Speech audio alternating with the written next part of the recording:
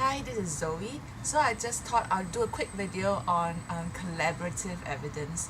So, okay, the story goes, I saw this particular course called Understanding Dreams and Visions on Eventbrite, and normally I'm quite put off by such courses because I'm quite a logical person. I do believe there's dreams and visions, but I don't quite think there should be a course on it.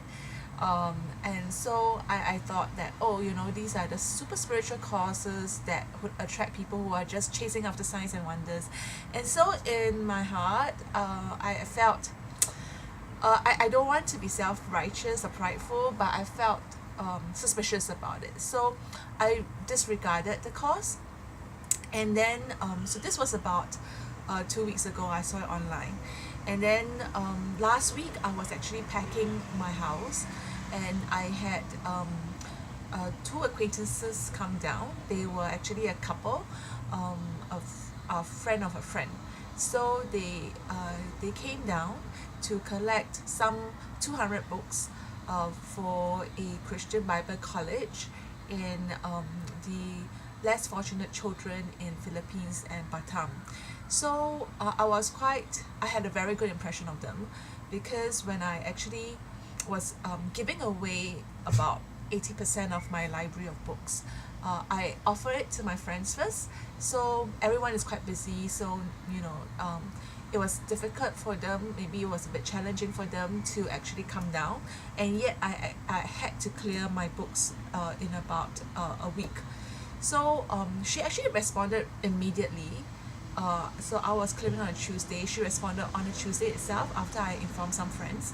And then she wanted to come down immediately, and I said, no, you hold on. I need to ask my friends whether they want to collect it or not.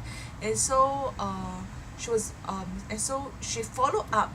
Some people would just ask and then they just forget about it, but she followed up, and she was in contact with me without being pushy.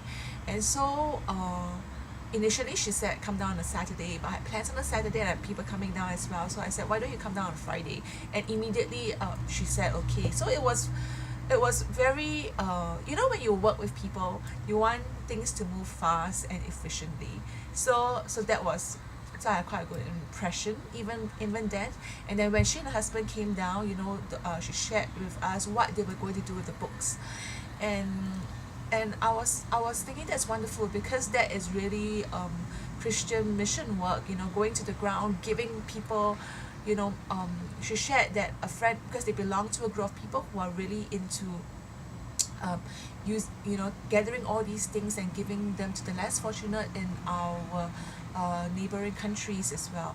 So she even mentioned one of her friends actually had a terrace house, and it became like a storeroom. I mean, he offered his house like a storeroom to store all these books and utensils, for before they are shipped out to all these places. So I was like, wow, you're really into the groundwork. I was I was it was something that I also long to do.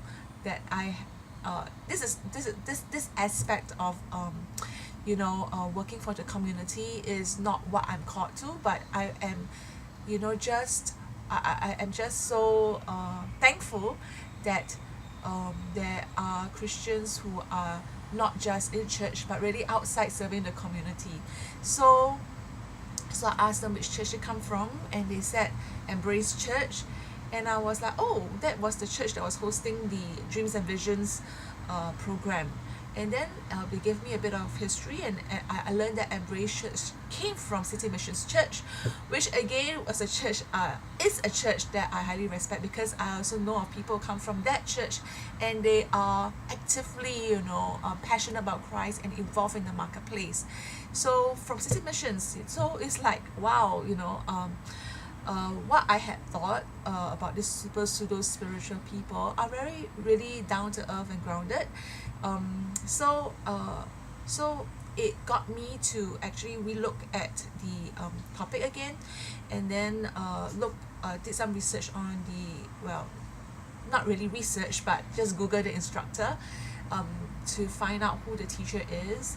And I felt like it kind of fitted into the area in which I am learning at the moment, which is more towards the contemplative side, not really just feeding my head, but I wanted to know how to really connect with God on different levels, because God said love the Lord of all your heart, your soul, your mind, your might, right? So the mind part was quite easy, but the soul, the emotions, the heart, like how the church fathers would actually uh, develop their relationship with the Lord even without complete access to the word.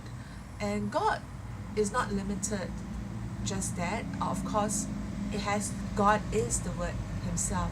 So it kind of opened up my mind, and I felt that, I felt like there was a collaborative evidence that was kind of checklist. The people were sound, uh, the churches were sound, uh, then the instructor was sound, and then I checked with the Holy Spirit, and I felt like, okay, it also seemed linked to the area in which I am more open and leaning towards this season.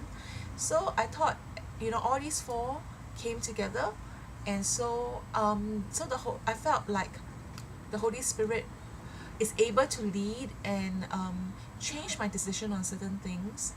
And of course, I felt at peace. I feel at peace and good about it. So many a times, I think my prejudices come in to make a decision, and this is how God can correct and change my mind. Because I love to update you about how the course went. I'm also really looking forward to it. Yeah, so this is my sharing for today, and I'll see you in the next video.